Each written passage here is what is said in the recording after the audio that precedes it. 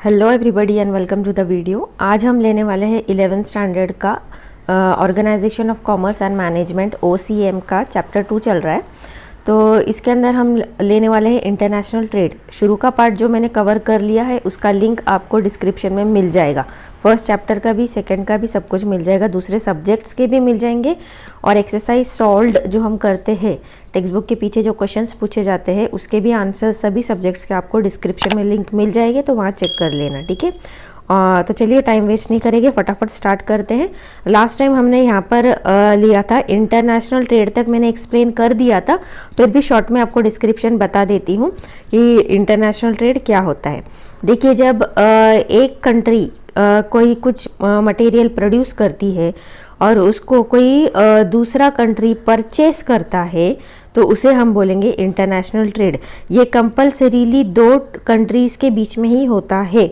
ये ना ही हमारे स्टेट में होगा ना ही हमारे सिटी में, कंपलसरी इसमें दो कंट्रीज लगते हैं। ओके, बाहर के हुई कोई देश जिनसे माल खरीदा या बेचा जाएगा उसको बोलेंगे हम इंटरनेशनल ट्रेड। इसमें कंट्री को फ़ायदा क्या होता है, तो इसके अंदर बाहर का करेंसी आ जाएगा। ओके, बाहर का हमको करेंसी मिलता है, देन हमारा बिजनेस बढ़ता है, हमारे ट्रेडर्स का प्रॉफिट होता है, गवर्नमेंट का प्रॉफिट होता है। कैसे, उसको टैक्स मिलता है। ये मेरे तरफ से मैं पॉइंट बता रही हूँ, देखते हैं इन लोगों ने आगे क्या बताया। ओके, तो ये शॉर्ट में मैंने आपको समझा दिया। बस इतना समझ लो कि ये दो देशों के, दो कंट्रीज़ के बीच में बिजनेस किया जाता है।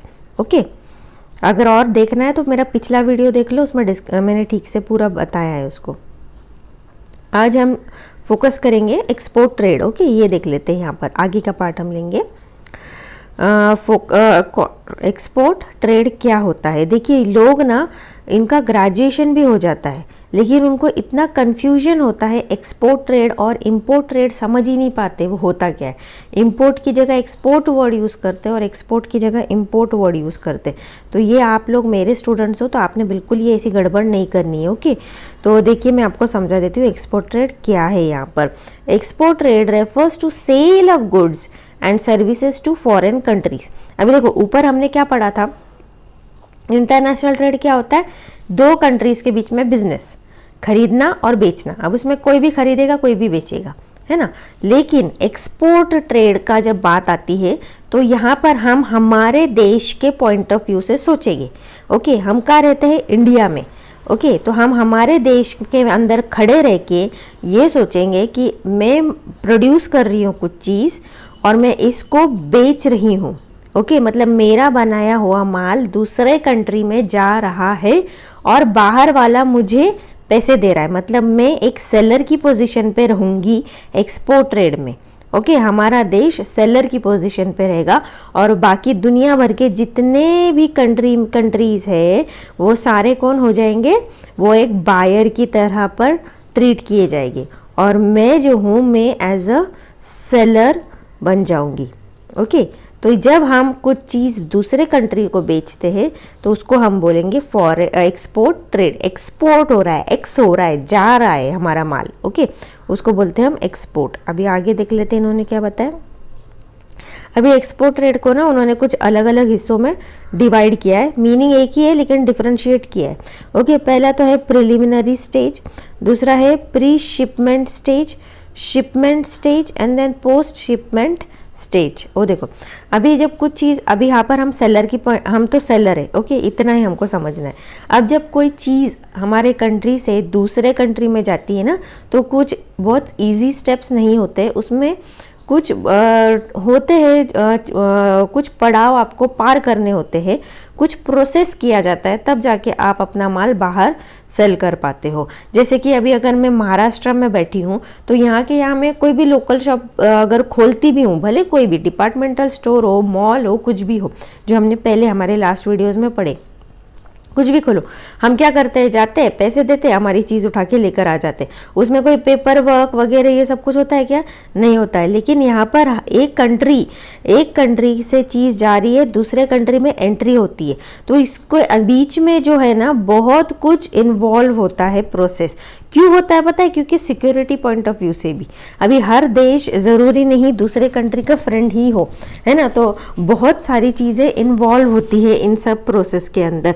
कहीं ऐसा तो नहीं कुछ ड्रग्स वगैरह ला रहे हैं या कुछ हार्मफुल चीज़ें ला रहे हो, तो चेकिंग होगी, बहुत कुछ होगा उसके अंदर। ओके, देख लेते हैं इन्होंने और क्या स्पेसिफाई किया है।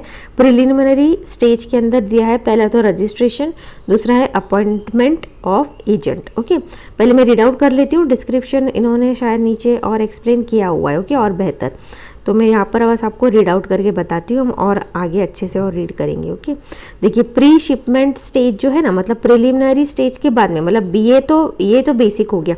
ओके, इसके बाद में ये आएगा दूसरा स्टेज, मतलब यहाँ पर तो आपको एज अ सेलर, आपको personally as a seller register करना है, देन अपॉइंटमेंट ऑफ एजेंट करना होगा।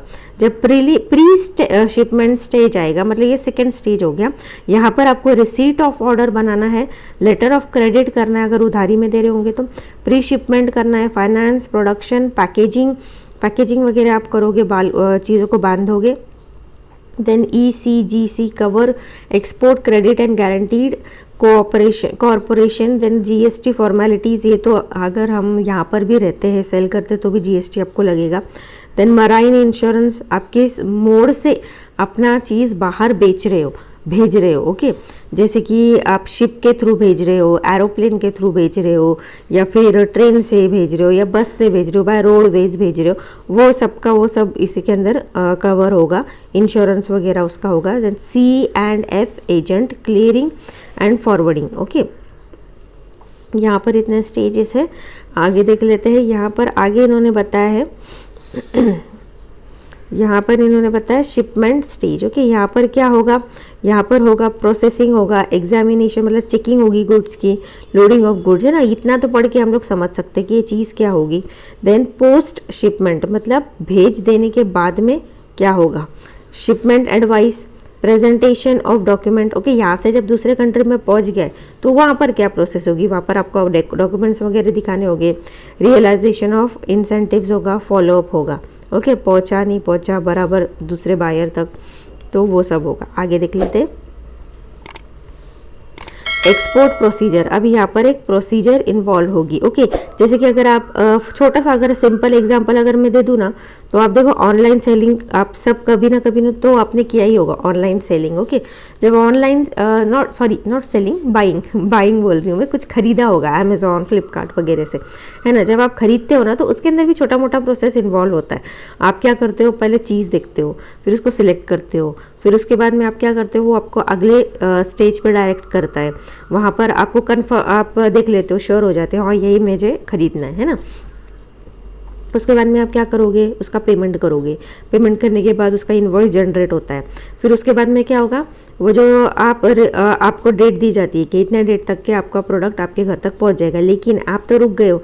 उसके बाद में किसका काम स्टार्ट होता है, सेलर का। अब सेलर को वो ऑर्डर जाती है, सेलर अपना पैकेजिंग करेगा, उसके ऊपर उसको एक इनवॉइस मिलता है प्रिंट, वो उस पर स्टिक करेगा। फिर उसके यहाँ पिकअप बॉय आता है, या फिर अगर वो खुद से भेज रहा है तो वो कुरियर के पास जाके दे देगा। फिर वो पूरा घूम फिर के आप तक आ जाता है, फिर वो जो बंदा आता है उसको आप साइन करते हो। तो इतना लंबा प्रोसेस रहता है इन्वॉल्व। तो उसी तरह से अगर आप एक्सपोर्ट कर रहे हो ना चीज़, इसमें भी बहुत सारी स्टेजेस होती है। ओके, तो यहाँ पर क्या है, देखो प्रिलिमिनरी स्टेज है, पहला मतलब बेसिक स्टेज ये है। यहाँ पर इन्होंने क्या बताया, पहला तो रजिस्ट्रेशन क्या है देख लेते हैं। The exporter has to get himself registered with various authorities as follows. अभी अगर आप सेलर बनना चाहते हो तो उसके लिए कुछ अथॉरिटीज़ के पास में जाके आपको अपना रजिस्ट्रेशन करवाना होगा। ओके, तो पहला क्या है, directorate general of foreign trade to obtain import export certificate number. पहला तो आपको एक सर्टिफिकेट नंबर बनवाना होगा। ओके, दूसरा income tax authority to obtain permanent account number. Income tax authority से परमानेंट अकाउंट नंबर बनवाना होगा जहाँ पर आप इनकम टैक्स भरते होगे। और तीसरा है other authority like EPC export promotion council and GST authority. यहाँ पर भी आपको अपना रजिस्ट्रेशन करना होगा। ओके, 3 ये बेसिक चीज़ है जो कि रजिस्ट्रेशन के अंडर आती है, जो कि आपको करनी होगी। आगे देखते हैं, ये आपको पूरा लर्न करना पड़ेगा। ओके, आगे देखते हैं यहाँ पर है appointment of agent. Appointment of agent में क्या दिया है इन्होंने, after registration the exporter appoints agents और sales representative abroad to book orders. The exporter may also open sales office in foreign country. अब देखो अभी आपको क्या मिल गई, ये ऊपर की ना ये 3 चीज़ें मिल गई। ओके, रजिस्ट्रेशन कर लिया आपने, सब कुछ हो गया। अभी आप सेलर, तो आपका सेलर का टैग तो आपको लग गया, लेकिन आपके पास में ऑर्डर्स आएंगे कैसे? जब आपको कोई जानता ही नहीं है तो ऑर्डर कोई देगा कैसे आपको, है ना?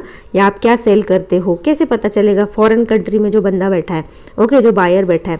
तो फिर उसके लिए क्या करना होगा, आपको ना एक एजेंट अपॉइंट करना पड़ेगा जो कि आपका रिप्रेजेंटेटिव होगा, मतलब आपको तरफ से वो फॉरेन कंट्री में बैठेगा और वहाँ से आपके जो ऑर्डर्स है वो बुक करेगा, वहाँ से वो ऑर्डर ले लेके क्या करेगा, आपको सेंड करेगा। ओके, आपको एज आप सेलर हो ना, तो आपको सेंड करेगा। फिर आप क्या करोगे, आपका प्रोडक्ट का सब पैकेजिंग वगैरह सब कुछ करके फिर से दोबारा उसी एजेंट को आप भेजोगे। ओके, और फिर वो वहाँ पर जो भी बायर होगा उसको प्रोवाइड करेगा। तो एजेंट मतलब वो एक आपका रिप्रेजेंटेटिव है। रिप्रेजेंटेटिव का मतलब आई होप आपको पता होगा। इसका मतलब आप खुद वहाँ पर नहीं हो, लेकिन आपके बदले एक ऐसा इंसान बैठा है जो आपकी तरह ही रोल प्ले कर रहा है, आपका काम कर रहा है। Okay, then pre shipment stage क्या है वो देख लेते हैं। Pre shipment stage, I hope इतना समझ गया है। अगर समझ गया नए हैं तो प्लीज़ सब्सक्राइब कर दो चैनल को, ताकि आने वाले वीडियोस के नोटिफिकेशन आपको मिलते रहे। तो पहला है receipt of order. As soon as the order is received, the exporter must verify and confirm the order. The exporter checks on the registration of import and registration on import in importer's country. अभी देखो क्या होता है, अभी आप सब register भी हो गए, एजेंट भी मिल गया, अभी आपको ऑर्डर आई है। ओके, ऑर्डर आने के बाद में as soon as the order is received, जैसे आपको रिसीव होगी order, the exporter must verify and confirm the order. Okay, exporter कौन हो गए, आप हो गए। जो सेलर है ना उसको हम एक्सपोर्टर बोलेंगे। पहले तो वो वेरीफाई चेक करना चाहिए उसने कि ऑर्डर क्या आई है, कैसी किस चीज़ की आई है। The order checks, the exporter checks on the restriction on import in the importer's country. अभी देखो अलग अलग कंट्री में तो उसको सेल करना है, लेकिन कुछ चीज़ें होती हैं ना जिसके ऊपर रिस्ट्रिक्शंस होते हैं, जो कि आप इस देश से उस देश सब पर नहीं बेच सकते। तो और जैसे ही ऑर्डर आती है, भले आप उस चीज़ के सेलर हो, लेकिन अगर उस देश में वो चीज़ बैन है तो आपको सबसे पहले उसे चेक करना है कि वो ये रिस्ट्रिक्शन ऑफ इम्पोर्टर की लिस्ट होगी। ओके, इसके अंदर वो चीज़ आती है कि नहीं आती है। हर देश के अलग अलग कानून होते हैं। ओके, तो उस देश में जैसे कि कोरिया में बहुत सारे रिस्ट्रिक्शंस है। ओके, तो वहाँ पर आपको उनकी एक लिस्ट प्रोवाइड की जाएगी कि यहाँ पर हमारी ये चीज़ें अलाउड नहीं है, बाहर के देश से यहाँ पर अलाउड नहीं है। तो फिर आपको पहले चेक करना होगा कि कहीं आपको जिस चीज़ की ऑर्डर आई है वो उस लिस्ट में तो नहीं आती। अगर आती है तो प्लीज़ उसे नहीं करना है, आपको सेल नहीं करना है। आगे देखते हैं letter of credit. The exporter request importer to issue a letter of credit in his favour. अभी आप एक्सपोर्टर हो तो आप इम्पोर्टर को क्या बोलोगे, इम्पोर्टर मतलब buyer. To issue a letter of credit, एक लेटर ऑफ क्रेडिट बना के दे दे इन फेवर ऑफ किस, कौन, एक्सपोर्टर। ओके, अभी आगे देखते हैं। The receipt of letter of credit from importer's bank will clear the foreign exchange and other restrictions. अभी इससे क्या होगा, लेटर ऑफ क्रेडिट के वजह से, इम्पोर्टर के वजह से, अभी देखो बेच रहा है, हम लोग बेच रहे हैं, मतलब हमको क्या मिलेगा, पैसा मिलेगा। पैसा मिलेगा मतलब वो पेमेंट मिल रही है। तो अब ये फॉरेन के पैसे से पैसा यहाँ पर आना, मतलब कहीं ऐसा ना हो कुछ रिस्ट्रिक्शंस आ जाए उसमें, हमारा पेमेंट ठीक से क्लियर ना हो। तो ये लेटर ऑफ क्रेडिट जो होगा ना, ये हमको क्या मदद करेगा, वो सारे जो बीच बीच में हमको प्रॉब्लम्स आएगी ना पेमेंट के लिए, तो उन सभी प्रॉब्लम्स को वो दूर करेगा। ओके, तो it from importer bank will clear the foreign exchange and other restrictions. अभी वो पे कर रहा है, तो पे करेगा तो जाहिर सी बात है वो उसके देश की करेंसी में ही पे करेगा पैसे, है ना। वहाँ पर डॉलर चलते हैं, यूरो चलते हैं, या जो भी चलता है पैसा, उसकी करेंसी में पे करेगा और वो यहाँ पर आकर हमको एज अ पेमेंट मिलेगा। तो इसके और पेमेंट मिलेगा तो फिर अगर हमारे बैंक में आ रहा है तो फिर उसको ऑब्वियसली कन्वर्ट किया जाएगा, जो भी उसका रेट रहेगा उस दिन, और उस हिसाब से हमारे बैंक में पैसा आ जाएगा। ओके, आगे देखते हैं प्री शिपमेंट फाइनेंस क्या है। The exporter obtain pre shipment finance from his banker to meet working capital requirement. अभी क्या होता है, the exporter obtains pre shipment finance, okay, तो from his banker to meet working capital requirement, मतलब ये वही पैसा है जो हमने लर्न पहले स्टडी किया था कि बिजनेस स्टार्ट करने के लिए हमको कैपिटल की ज़रूरत होती है ना। वर्किंग कैपिटल का मतलब क्या होता है, यहाँ पर आई am sorry, formation of the company के टाइम में हमने पढ़ा था कि कंपनी स्टार्ट करने के लिए कैपिटल, शुरुआत का जो पैसा लगता है ना कंपनी बनाने के लिए, उसको बोलते हैं कैपिटल। लेकिन ये जो वर्किंग कैपिटल होता है ना, वर्किंग कैपिटल का मतलब होता है जो रोज़मर्रा का जो हमारा खर्चा होता है बिजनेस का निकालने के लिए, उसको हम बोलते हैं वर्किंग कैपिटल, मतलब वर्क करवाने का कैपिटल। आपके जो चाय पानी के खर्चे हो गए, ओके, ये सब जो छोटे मोटे खर्चे होते हैं ना डे टू डे के, उसको हम बोलेंगे working capital. The exporter obtains pre shipment finance from his banker to meet working capital, okay, रोज़मर्रा के खर्चे के लिए जो यूज़ किया जाता है पैसा। आगे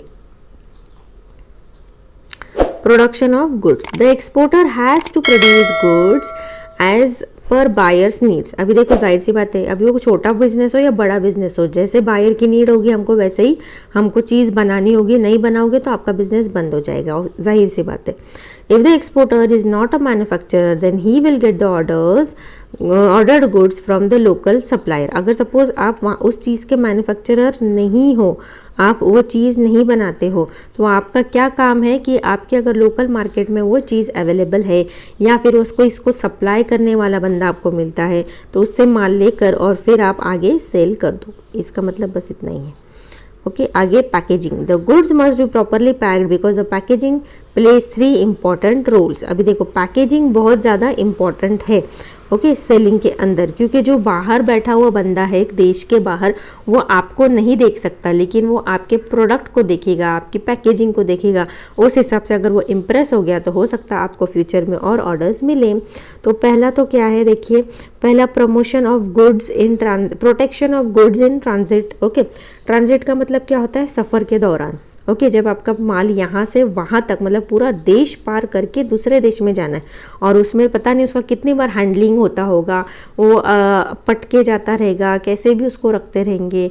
ओके, किसी ने उठा के फेंक दिया, ज़रूरी थोड़ी जो हमारा माल हैंडल कर रहा है वो बंदा बहुत अच्छे डेलिकेटली और अच्छे से हमारा प्रोडक्ट को हैंडल करे, हो सकता है उठा उठा के बस फेंकते रहेंगे, है ना। तो उसका पैकेजिंग ही हमको इतना अच्छा करना है कि वो मतलब अगर सपोज गिर भी जाए तो ख़राब नहीं हो या उस पर कुछ पानी वानी पड़ जाए तो ख़राब नहीं हो।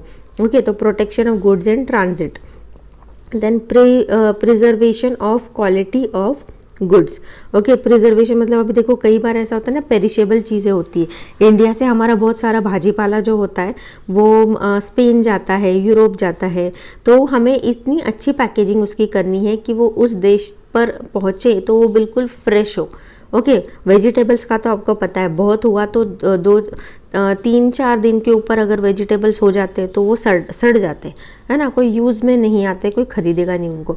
तो जैसे ही वो माल देश हमारे खेती से निकलता है उसको वैसे ही फ्रेश पैक करके, फ्रीज पैक करके, उसको फ्रीज़र का अगर कुछ उनका फैसिलिटी रहेगा ट्रैवलिंग के दौरान, वैसा करके उसको हमें वहाँ देश तक पहुँचाना है। देन प्रमोशन ऑफ गुड्स, आगे देख लेते हैं। प्रमोशन ऑफ गुड्स का मतलब वही मैंने आपको बोला कि अगर आपका पैकेजिंग वगैरह अच्छा होगा तो आपको और फ्यूचर में ऑर्डर्स अच्छे मिलेंगे। आगे देखते हैं ECGC cover, export credit and guarantee corporation. अभी ये चीज़ क्या है देखते हैं। ओके, यहाँ पर द एक्सपोर्टर में obtain cover from ECGC। Okay, the such cover protects exporter against credit risk. Example, if the importer fails to make payment of bill, the exporter can be covered from ECGC to the extent of 90% of the loss. इसका मतलब ये है कि ऐसा समझो it acts as an insurance. Okay, अगर suppose buyer यहाँ इस चीज़ का ना आपको द एक्सपोर्टर में obtain cover from ECGC। Okay, cover मतलब प्रोटेक्शन प्लान, आप उसको लेना होगा ECGC ये नाम के कॉरपोरेशन से। Such cover protects exporter against credit risk. अभी उधारी में सपोज कुछ माल उसने भेजा है आगे और वो बायर उसको जो या फिर कैश ऑन डिलीवरी वगैरह भी कुछ होता है, तो अगर वैसा कुछ है और जो बायर है उसने पेमेंट नहीं किया या फिर कुछ हो गया बाबा, कुछ प्रॉब्लम आ गई, उस तक प्रोडक्ट भी नहीं पहुंचा ठीक से, या फिर वो सेटिस्फाइड नहीं है प्रोडक्ट से, या फिर वो मिल तो गया लेकिन पेमेंट नहीं किया बायर ने, कुछ भी हो सकता है।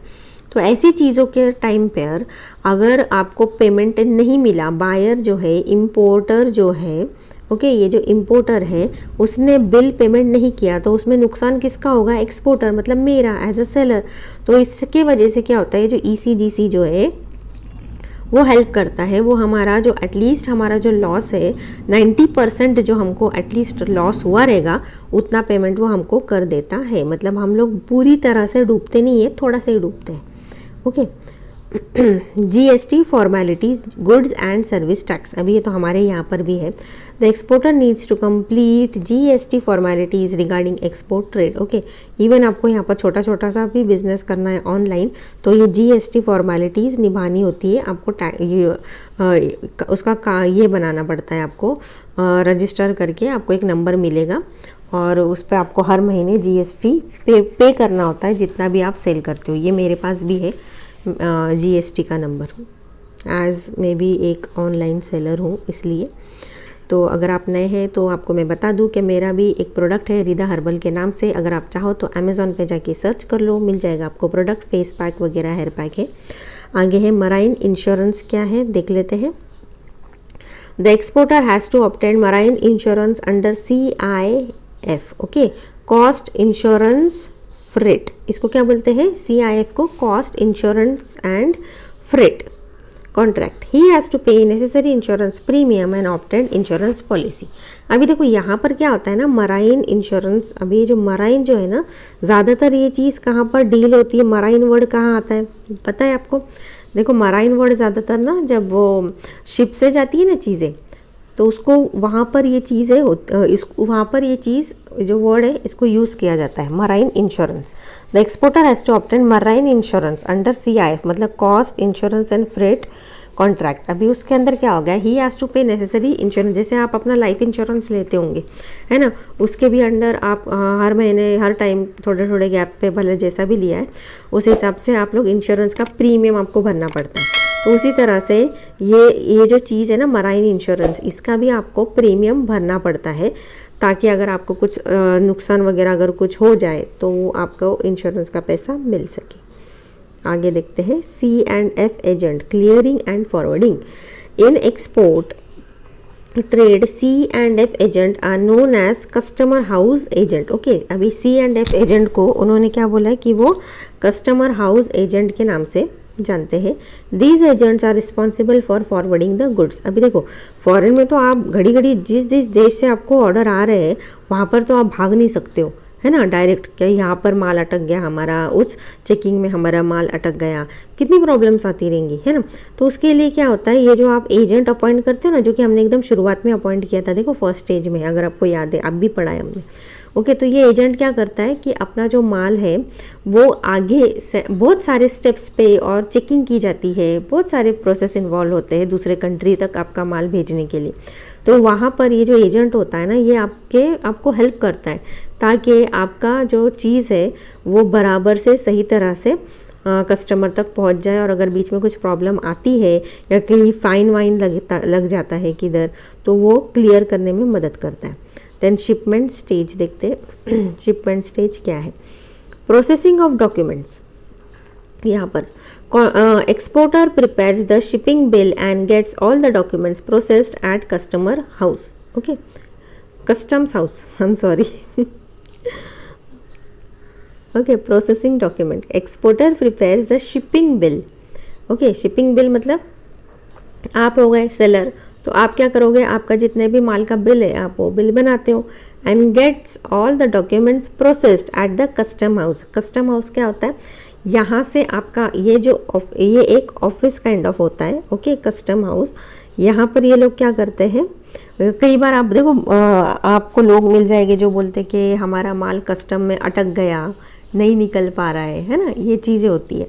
तो कस्टम हाउस जो होते हैं ये ना भले बाहर के देश से अंदर आ रहा है या अंदर से बाहर जाता है हमारा माल, तो ये लोग क्या करते हैं, ये as a security point of view से आपकी चीज़ों को चेकिंग करेगा। और उनको थोड़ा सा भी डाउट आ गया कि नहीं ये सही चीज़ माल नहीं भेजा जा रहा है या कुछ गलत चीज़ें हैं इसके अंदर, ड्रग्स वगैरह या बॉम्ब वगैरह कुछ भी हो सकता है, तो अगर ऐसा कुछ उनको डाउट आता है या जो भी दूसरे देश को नुकसान पहुंचाएगा या हमारे देश को नुकसान पहुंचाएगा ऐसी उसमें कोई चीज़ है, तो वो वहीं पर रुका देते हैं, ओके।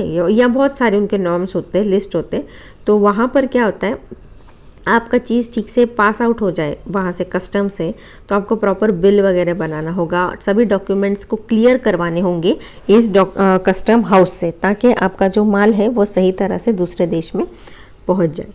आगे देखते हैं examination of goods. Examination of goods, the C&F agent obtained carting order from PTA Port Trust Authority to cart the goods inside the dock, okay. The CIF agent obtained cart order from the PTA Port Trust Authority।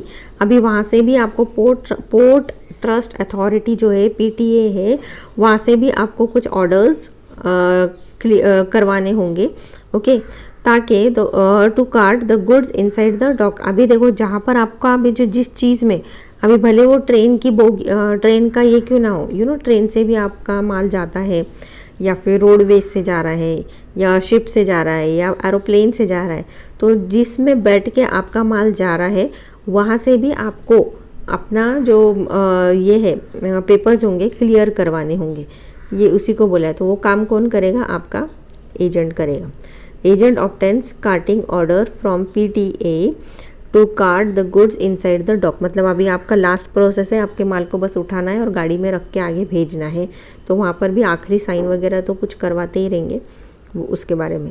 Loading of goods, after examining the goods, अभी वो भी फिर से देखेगा सब सही है बाबा, कितने बॉक्सेस वगैरह लिखा गया है उसके अंदर, शिपिंग के पेपर्स में 1 है 2 है 4 है 10 है, तो उस हिसाब से वो सब चेक करेगा सब बॉक्सेस है। फिर उसके बाद में क्या होगा, custom examiner issues let export order. फिर वो एक ऑर्डर इशू करेगा कि ठीक है लेट एक्सपोर्ट ऑर्डर, मतलब आगे जाने दो माल को। The C&F agent then obtains the let ship order, ये मिलेगा उसको, okay, let ship order from custom preventive officer CPO, okay. The goods are then loaded on ship for which a mate receipt is obtained। फिर वो आपके माल को क्या करेंगे, उसको लोड किया जाएगा, जहाँ पर भी आपका जिस भी गाड़ी में वगैरह बैठ के आपका माल जा रहा है वहाँ पर लोड किया जाएगा। for which a mate receipt is obtained, आखिरी में आपको एक पावती दी जाएगी। The C&F agent approaches shipping companies and obtains a bill of lading, okay। आगे देख लेते हैं पोस्ट शिपमेंट स्टेज, ओके। यहाँ पर इन्होंने क्या बताया है, शिपमेंट एडवाइस। अभी इसको लंबा हो रहा है वीडियो, लेकिन देखते हैं इतना मैं कवर कर लेती हूँ। Shipment advice, the exporter sends shipment advice to the importer informing him about dispatch of goods. अभी सेलर को, जो इम्पोर्टर है उसको, एक इम्पोर्टर जो है उसको एक नोटिस दिया जाता है एक्सपोर्टर की तरफ से, मतलब सेलर की तरफ से बायर को एक नोटिस दिया जाता है कि यहाँ से हमने हमारा माल भेज दिया है। He also sends copy of packaging list, और बिल वगैरह जो भी है सब उसका कॉपी भी उसको भेज देता है। Commercial invoice and non negotiable copy of loading along with advice letter, okay. जितने भी साथ में डॉक्यूमेंट्स रहते होंगे वो सभी साथ में भेज देता रहेगा। आगे देख ले, presentation of documents, the exporter submits all necessary documents to the bank for negotiation and realisation of export proceeds. अभी एक्सपोर्ट क्या करेगा, एक्सपोर्टर जो होगा मतलब सेलर होगा, अभी उसको उसके पैसे भी तो क्लियर करवाने होंगे ना, तो the seller submits all necessary documents to the bank for negotiation and realisation of export proceeding. मतलब आगे बाबा मैंने मेरा माल सब भेज दिया है, मेरा अभी पेमेंट अभी क्लियर कर देने का तुमने। realization of export incentives. The exporter makes an arrangement to obtain exporter incentive from the concerned authorities. The exporter makes an arrangement to obtain export incentive from the concerned authorities. अभी the incentive includes duty, drawback, refund of GST if paid, etc. Okay अभी GST वगैरह भी हम पे करते हैं, then drawbacks, refund कुछ होगा तो वो भी इसमें कवर किया जाएगा। एक मिनट, अभी देखो, exporter makes an arrangement to obtain export incentives from the concerned authorities. अभी देखो कई बार क्या होता है ना, सपोज़ मैंने अभी किसी सप्लायर से माल लिया है और सप्लायर से माल लेने के बाद में मैंने उसको आगे सेल किया है, तो क्या होता है, जो सप्लायर से लिया है उसने भी उसके माल पे जीएसटी भरा रहेगा। अब जीएसटी का बात, जीएसटी या फिर जो भी दूसरे टैक्सेस होंगे वो भरे रहेंगे। मोस्टली यहाँ पर जीएसटी के बारे में हम बात करेंगे। तो जीएसटी सपोज़ भरा हुआ है उसने, तो रूल ऐसा है कि अगर एक बंदे ने भर दिया है जीएसटी और उसको दूसरा खरीद रहा है और फिर से सपोज़ उसको बेचना है सेकंड वाले बंदे को, तो सेकंड वाला बंदा फिर से जीएसटी भरने की ज़रूरत नहीं है। कैसे नहीं भरेगा वो, तो उसके अंदर उसका जो बिल होता है, ये मैं आपको प्रैक्टिकल इन्फॉर्मेशन दे रही हूँ, बाहर का नॉलेज बुक में नहीं है। तो जी आपका जो बिल होता है ना, बिल के अंदर आपको अपना भी जीएसटी नंबर डालना होगा और उस सप्लायर का भी जीएसटी नंबर डालना होगा। और जब वो चीज़ आपकी, मतलब सेकंड बंदा भी जब उस चीज़ को बेच देगा आगे, उसको हर महीने जीएसटी फाइल करना होता है और उसके बाद में जीएसटी के बाद में जीएसटी रिटर्न्स का भी फाइल करना होता है। तो जीएसटी रिटर्न्स के अंदर वो बोलेगा कि देखो ये मैंने ना, उसका बिल डालेगा और वहाँ पर बोलेगा कि ये ऐसे ऐसे सप्लायर्स थे, मैंने ख़रीदा है, सप्लायर ने जीएसटी भरा है, अगर उसने भरा है तो मैं ये भी भरेगा, मैंने भी भरा है तो मेरा पैसा मुझे रिटर्न कर दो, क्योंकि इस प्रोडक्ट पे एक बार ऑलरेडी मेरे सप्लायर ने भर दिया था तो मैं इसे दोबारा नहीं भरूँगा। तो आपका जो जीएसटी वाले जो लोग होंगे वो उसे सब चेक करेंगे और उसके बाद में आपका जितना भी पैसा ऊपर होता है एक्स्ट्रा, उसको रिफंड किया जाता है। ओके, ये एक एक्चुअल प्रैक्टिकल इन्फॉर्मेशन मैंने आपको दिया जो बाहर की दुनिया में एक्चुअली होता है जीएसटी के अंदर। ओके, आगे देखते हैं फॉलो अप। अभी exporter should always have follow up after export to find buyers reaction towards the goods. अभी देखो, सिर्फ हमें बेच के ना छोड़ नहीं देना है, बेच देने के बाद में हमें ये भी देखना है कि बायर को वो माल पसंद, प्रोडक्ट जो है वो पसंद आया नहीं आया, या फिर अगर कुछ कमियां लगती है तो उसे बोलना पड़ेगा कि हमको बोलो, सजेस्ट करो, ताकि हम हमारे आने वाले प्रोडक्ट में थोड़ा इम्प्रूवमेंट ला सकें। ओके, ये सब भी सेलर को देखना होगा। या फिर आपको कुछ अच्छा लगा तो फिर क्या अच्छा लगा उसमें चीज़ें, थोड़ा सा फॉलो अप लेने का, ताकि आपका बिजनेस और आपको ही मदद हो ग्रो करने में। ओके, आई होप इतना आपको समझ गया रहेगा। आगे देखते हैं इंपोर्ट ट्रेड के बारे में। अभी आज हमने एक्सपोर्ट ट्रेड पूरा कवर कर लिया है, तो आने वाले वीडियो में मैं ये जो इंपोर्ट ट्रेड है ना, इसको ले लूँगी। अच्छा लगा होगा वीडियो तो प्लीज़ एक लाइक दे दीजिए, सब्सक्राइब कर दीजिए चैनल को, ताकि आने वाले वीडियोस के नोटिफिकेशन आपको मिलते रहे। और कमेंट ज़रूर करें मुझे, कमेंट आपके, मैं कमेंट की बहुत वेट करती हूँ। ओके, मुझे बहुत अच्छे लगते हैं आपके कमेंट्स। ओके, तो चलिए bye bye, have a good day, मिलते हैं अगले वीडियो में।